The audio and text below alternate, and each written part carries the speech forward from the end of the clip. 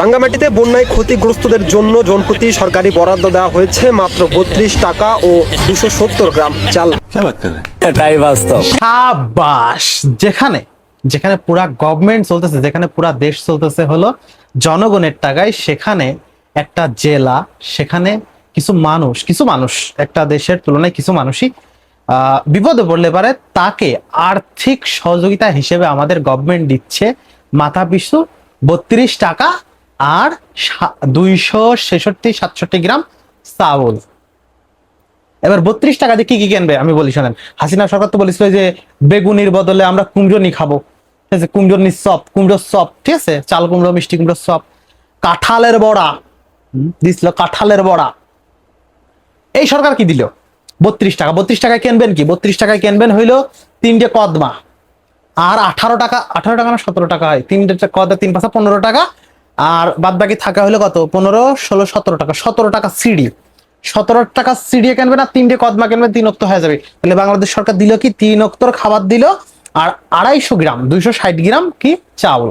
এবার 260 গ্রাম চাউল মাথা পিছু ওই 4 ভাগ করবেন। এখন বর্তমান জেনারেশনে কম খান। আপনারা বন্যায় ভাইসে গেছেন, কম খান। আপনাদের কি আছে, কোনো অস্তিত্ব আছে? আপনি কি এখন সরকারের কোনো ট্যাক্স দিতে পারতেছেন যে খাবেন? আপনার খাওয়ার দরকার নেই, আপনি খেয়ে কি করবেন এখন?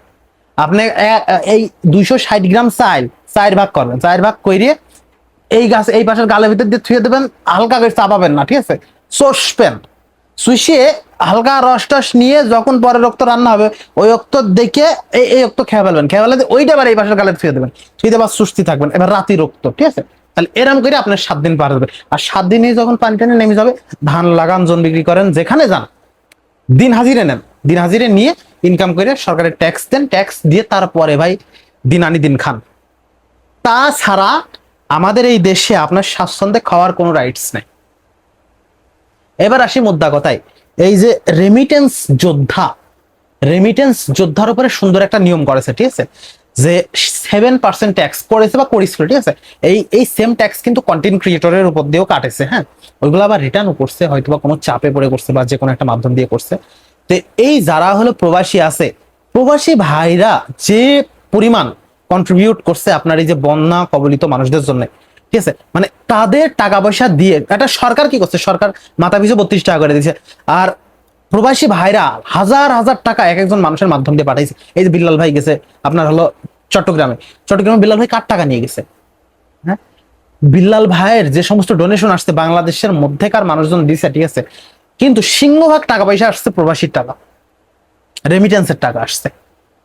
হ্যাঁ, আমি কি ভুল বললাম? ভুল বললে ভাই কানে ডাবি মাইরে বুঝাই দেবেন, আমি ছোট মানুষ, বুঝাই দেবেন। যারা বাইরে থাকে তারা মানবিক কাজে বেশি কন্ট্রিবিউট করে, তাদের আর্নিং পাতি বেশি থাকে, তাদের একটা দেওয়ার একটা অন্যরকম একটা জায়গা থাকে, তারা বাংলাদেশে থাকতে পারে না, বাংলাদেশের মানুষজনকে ভালোবেসে টাকাগুলো কন্ট্রিবিউট করে, ঠিক আছে, একটু ভালোবাসা পাওয়ার তাগিদে।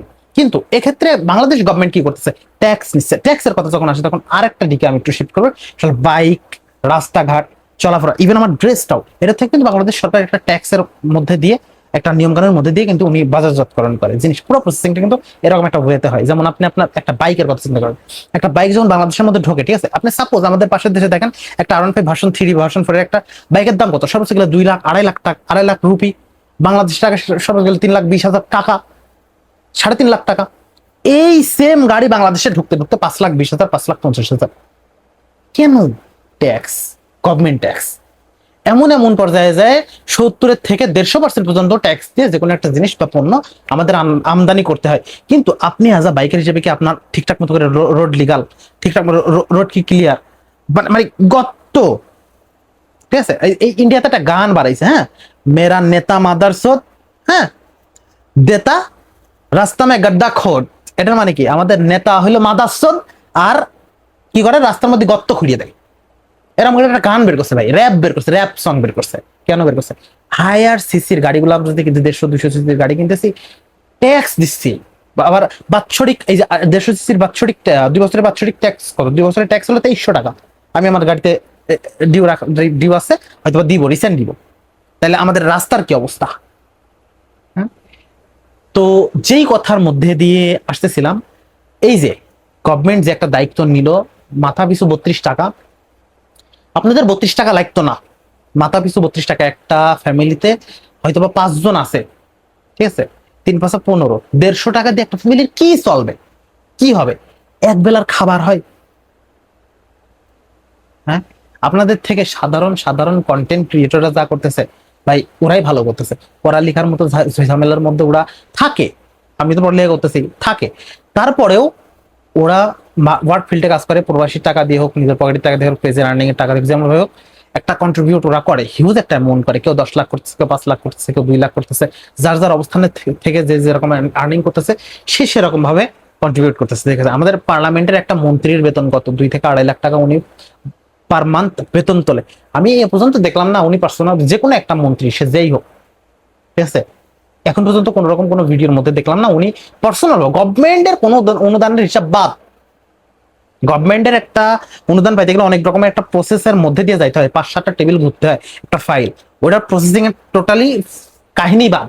কোনো একটা মন্ত্রী, কোনো একটা এমপি, কোনো একটা চেয়ারম্যান পার্সোনালি কি 1 লাখ টাকা দিয়ে হেল্প করছে আপনারা দেখছেন বা দায়িত্ব নেছে? স্বরাষ্ট্রমন্ত্রী কোথায়? উনি কি পার্সোনাল, ওনার পার্সোনাল গাড়ি, সরকারি গাড়ি, নট সরকারি গাড়ি, ঠিক আছে, ওনার পার্সোনাল গাড়িটা নিয়ে কি আপনার চট্টগ্রামে গেছে যায় যে আমি 5 লাখ টাকা দিলাম, এই 5 লাখ টাকা তোমাদের উন্নয়নের জন্য তোমরা ইউজ করো দেশে? আমি তো দেখি না, আমার চোখে তো বাতিনি।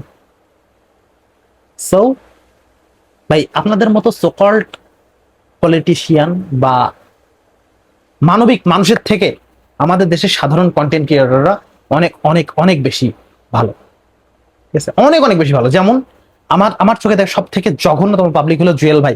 স্যালুট জুয়েল ভাই, ঠিক আছে, স্যালুট জুয়েল ভাই। এই এই একটা বন্যকমলিতে একটা এই অবস্থানে আপনি আপনার টিম সহ মুজাহির ভাই, রাব্বি ভাই, বিল্লাল ভাই, আবার আমাদের পাবনার থেকে গেছে হলো বাবুল ভাই, নিজেদের অর্থ দিয়ে নিজেদের পেজকে কাজে লাগায়, নিজেদের ফেস ভ্যালুকে কাজে লাগায়, বিদেশি টাকা পয়সা এনে, রেমিটেন্স এনে মানবিক কাজকাম করতেছেন।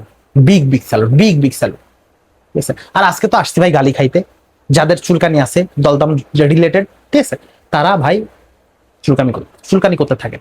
এই যে আর একটা বিষয় আছে, সাদিক কায়েম, ঢাকা ইউনিভার্সিটি সাদিক কায়েম, এই বাঙ্গের নাতি কি করছে, কি রিসেন্ট করছে, কি লিক তারাও বলে উনি গেঞ্জি ছাপাইছে ভাই, 100-150-200 গেঞ্জি দেখছি আমি রিসেন্ট, এটা কিন্তু রিসেন্ট।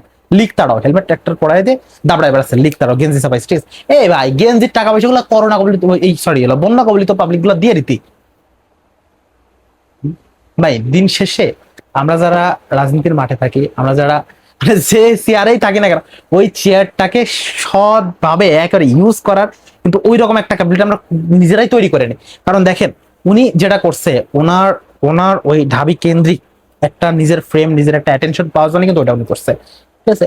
উনি বন্যা কবলিত এলাকায় গেলে হয়তো বা উনি কম অ্যাটেনশন পাইতো। সাদিক কায়েমকে আমার দাদা কি চেনে? বন্যা কবলিত একটা জায়গায় একটা মুরব্বী সাদিক কায়েম কি চেনবে? আমার দাদা, আমার বাবু সাদিক কায়েম চেনেন না, ঠিক আছে, মানে টু বি অনেস্ট, ঠিক আছে। আমি চিনি ভাই, আমার যে জেনারেশন আছে, আমার বড় 2-5 বছরের বড় ছোট, তারা কিন্তু চেনে, কিন্তু আমার দাদা চেনে না, আমার ভাই চেনে না, ঠিক আছে, মানে আমার দাদার ভাইরা চেনে না, আমার দাদিরা চেনে না, ঠিক আছে। সো এই পর্যায়ে সাদিক কায়েমের তো ওয়ার্ক ফিল্ডে কাজ করে তো সাধারণ মুখের মতো হয়ে গেল, ঠিক আছে। মুজাহির ভাই আর সাদিক কায়েমের মতো কোনো পার্থক্য দেখলো না। উনি যে অ্যাজ আ ঢাবিয়া, ঠিক আছে, উনি যে অ্যাজ আ ডাকসুর ভিপি, এই জিনিসটা তো আর চট্টগ্রামে যায় হইলো না। উনি যারা করছে ওনার চেয়ারে থেকে একেবারে গুড ডিসিশন নিয়েছে ভাই, স্যালুট। আপনার মতো সেম নেতাকে স্যালুট। আর যারা যারা ওয়ার্ক ফিল্ডে কাজ করতেছেন দিল থেকে ভাই, কেন জানি একটা অ্যাপ্রিসিয়েটের জায়গা আপনারা করে নিছেন। মুজাহির ভাই, ব্রেনলেস জুয়েল, ঠিক আছে, পাঙাশ রাব্বি ভাই, কত কথা বলছি আপনাদের সামনে, আরো কড়া লেভেলের রোস্ট হবে আপনাদের নিয়ে, কিন্তু যে মানবিক কাজকামগুলো করতেছেন ভাই, এটার জন্য অনেক অনেক অ্যাপ্রিসিয়েট পাওয়ার যোগ্য আপনারা রাখেন, বা ওই রকম যোগ্যতা আপনারা রাখেন।